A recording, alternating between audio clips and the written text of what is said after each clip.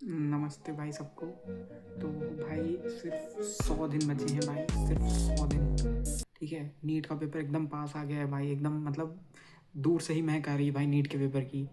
ठीक है, तो उससे 100 दिन बचे हैं भाई। तो क्या कर रहे हैं लोग?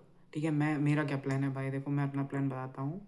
मेरा प्लान है कि 100 दिन बचे हैं अभी। फरवरी तक सिलेबस, 15 फरवरी तक या फरवरी पूरा सिलेबस आराम से कंप्लीट करेंगे, कोई जल्दबाजी नहीं। ठीक है, कोई जल्दबाजी नहीं, सिलेबस आराम से कंप्लीट करना है। ठीक है, बहुत अच्छे से क्लास लेनी है, रिवाइज करना है उसको। और उसके बाद जो है, जितना टाइम बचेगा, फरवरी, मार्च, अप्रैल, 2 महीने बचेंगे, 2 महीने में टेस्ट लगाना है। तो ये तो भाई लोगों लोगों पे डिपेंड करता है, कई लोग एक दिन एक छोड़ के टेस्ट लगाते हैं, मैं भाई रोज़ लगा लेता हूँ। ठीक है, और एक आध दिन मतलब संडे को छोड़ सकते हैं या फिर जैसे भी है। तो टाइमिंग, क्योंकि क्लास होगी नहीं, तो 2 बजे से 5 बजे तक रोज़ बैठ के OMR पे भरते हुए टेस्ट लगाना है। ये तो भाई देखो मेरा है, 100 दिन बचे हैं तो कम से कम 45 डेज़ आपके ये अभी सिलेबस कंप्लीट करने में लगेंगे। और बाकी जो टाइम होगा वो टेस्ट लगाने में लगेगा। अब सलाह मेरी ये है, जिन्होंने अभी तक भाई अभी चालू नहीं किया है, तो अब अगर चालू करना है भाई, ठीक है, तो थोड़े से ही रास्ते हैं भाई, 2-3 रास्ते हैं, सिंपल सिंपल मैं बता देता हूँ। पहला कि मिशन 100 ज्वाइन कर लो भाई। ठीक है, टेलीग्राम से या फिर PW के ऐप से कैसे भी ले लो भाई, ज्वाइन कर लो। कम बैक किट का इंतज़ार मत करो। ठीक है, ज्वाइन कर लो, पढ़ते रहो। ठीक है, और नोट्स बनाने का रहने दो। 100 दिन में तुम नोट्स बनाओगे, तुम सब करोगे तो कुछ नहीं हो पाएगा। नोट्स मत बनाओ, कहीं से प्रिंट निकलवा लो, कोई माइंड मैप वगैरह का कुछ निकलवा लो, और उसको पहले पहले प्रिंट निकलवा लो। देखो, बाद में प्रिंट नहीं निकलवाना, पहले प्रिंट निकलवा लो। फिर लेक्चर देखो जो भी देख रहे हो, और उसी में जो जो एक्स्ट्रा लग रहा है लिखते जाओ। ठीक है, दूसरा NCERT बायो की अब लपेटना चालू कर दो। ठीक है, जितनी बार ज़्यादा पढ़ोगे उतना ज़्यादा याद होगा। जो अगर कहीं मतलब उसमें जगह नहीं है माइंड मैप वगैरह में तुम्हारे, या नहीं बनवा रहे हो, खरीदवा रहे हो, या फिर प्रिंट नहीं निकलवा रहे हो, तो उसी में NCERT में लिखते चले जाओ, सबसे बढ़िया। फिज़िक्स के लिए भाई लेक्चर देखना है, जो क्लास में वो फार्मूला जो लिखवा रहे हैं, दो दो तरह के पेज लेके बैठ जाओ, एक अपनी रफ कॉपी और एक फेयर A4 पेज। ठीक है, जो रफ वाले पे है उस पर सॉल्व करते जाओ, और जो A4 पे है उस पर फार्मूला या की कंसेप्ट लिखते जाओ भाई। पूरा नहीं लिखना है, पूरा एक एक सब नहीं लिखना है जो लिखवा रहे हैं, रफ कॉपी पे सॉल्व करना है बस, उस पर मेन मेन चीज़ें लिखनी है। ठीक है, और जो स्लाइड लिख के लेके आ रहे हैं सिर्फ वो मत लिखने लगना उस पर। ठीक है, फेयर वाले पेज पे।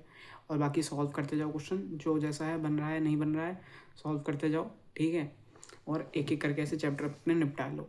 ठीक है, और कुछ जो चैप्टर जो मतलब कम वेटेज वाले हैं वो छोड़ दो भाई, या फिर जिनमें बहुत टाइम लगना है उसको छोड़ दो, एक आध क्वेश्चन आएगा उससे तो। ठीक है, जो बहुत बड़ा लग रहा है, जो समझ रहे हो नहीं कर पाओगे, तो सारा करने की ज़रूरत नहीं है, थोड़ा थोड़ा कर लो।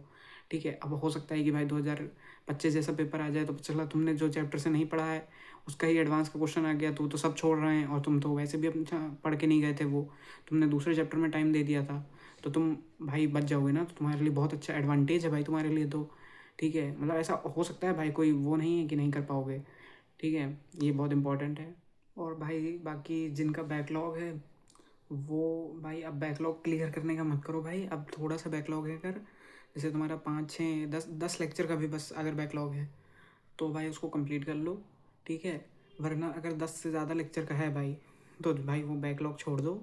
ठीक है, अब वो जो होगा वो वन शॉट से कर लेना, जो भी तुम्हारा बचा है जिस चैप्टर का जो भी बैकलॉग है। और या जो जो जैसे तुम्हारा जो चैप्टर अभी तुमने आधा स्टार्ट कर दिया है मान लो, ठीक है, तो उसका भाई उसको कंप्लीट कर लो।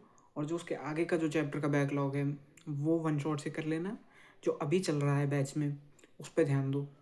ठीक है, और ये तुम्हारा भाई मेनली फिज़िक्स केमिस्ट्री में ही होगा, तो वो कर लेना भाई। और मैं तो भाई कह रहा हूँ कि फार्मूला जो केमिस्ट्री के होते हैं भाई वो चिपका लिया करो।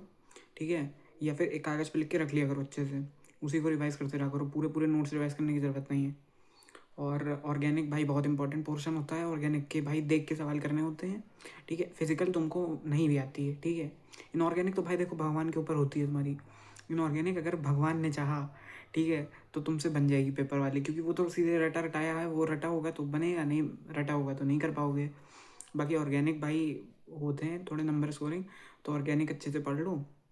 ऑर्गेनिक में तो एक तो बायोमोलिक्यूल ही आ जाता है, जो बायो वालों का तो खासियत है। ठीक है, वो दो दो दो जगह पढ़ते हैं। और बाकी अमाइन छोटा सा होता है और मेन जीओसी होती है और बाकी जीओसी से लिंक होते हैं और बाकी उसमें तो कॉन्सेप्ट्स लिंक्ड होते हैं। वैसे तो वन शॉट से भी करते हैं ना तो हो जाता है बहुत अच्छे से। और मैं कहूँगा भाई पंकज सर का पीएसएस लगा लो, ठीक है। जैसे तुमने पढ़ लिया और फिर पीएसएस अगर तुम लगा लोगे, ठीक है। पिछले साल जो ड्रीम 45 था तो उसके भी अगर पीएसएस पढ़े होंगे अभी, तो वो पीएसएस भी भाई लगा लोगे तो मतलब अच्छा हो जाएगा भाई, ठीक है। क्योंकि पंकज सर ने पिछले साल पीएसएस जो करवाए थे बहुत अच्छे लेवल के थे और मतलब कर लोगे भाई तो खुद को कॉन्फिडेंस आ जाएगा तुमको, ठीक है। और 100 दिन कोई मतलब ऐसे बहुत कम भी नहीं होते हैं, क्योंकि एक साल में भाई देखो 365 दिन तो होते ही हैं, ठीक है। तो 100 भाई करीब कितना हुआ, अच्छा खासा पोर्शन हुआ 100 दिन भी, तो अभी कर सकते हैं भाई, ठीक है। और बाकी मेरा तो यही है कि भाई मैं अभी आराम से करूँगा सिलेबस, कोई जल्दबाजी नहीं। और भाई जो टेस्ट हो रहे हैं वो रिवाइज़ करके देते रहना है। और बाकी सलीम सर तो बोल रहे थे कि अभी मतलब बढ़ सकते हैं नंबर, और मैं कह रहा हूँ कि बढ़ ही सकते हैं नंबर। एमआर सर भी कहते हैं कि नंबर टेस्ट के बाद फिर जब तुम लोग के पास टाइम ज़्यादा रहेगा पढ़ने के लिए तो तुम बढ़ा लोगे, तो टेस्ट के नंबर की ज़्यादा एकदम भयंकर चिंता करने की ज़रूरत नहीं है एकदम, लेकिन एकदम कम भी नंबर नहीं आने चाहिए, ठीक ठीक नंबर आने चाहिए। जैसे एकदम बहुत 400 नंबर आ रहे हैं तो भाई बहुत रगड़ के मेहनत करो भाई, ठीक है, तो बहुत मुश्किल होता है, ठीक है। और PYQ पे फोकस करो भाई, ज़्यादातर तो सब लोग जिनका मतलब अभी बहुत बचा हुआ है बहुत कुछ, तो PYQ पे फोकस करें और बस लगाते रहें करते रहें। और 100 दिन मतलब भर के होते हैं भाई, कर ले जाओगे, पढ़ते रहोगे। देखो भाई पढ़ते रहोगे तो हो जाएगा, ठीक है, करते जाएंगे होता जाएगा, सीधी सी बात है, ठीक है। तो पढ़ते रहो भाई।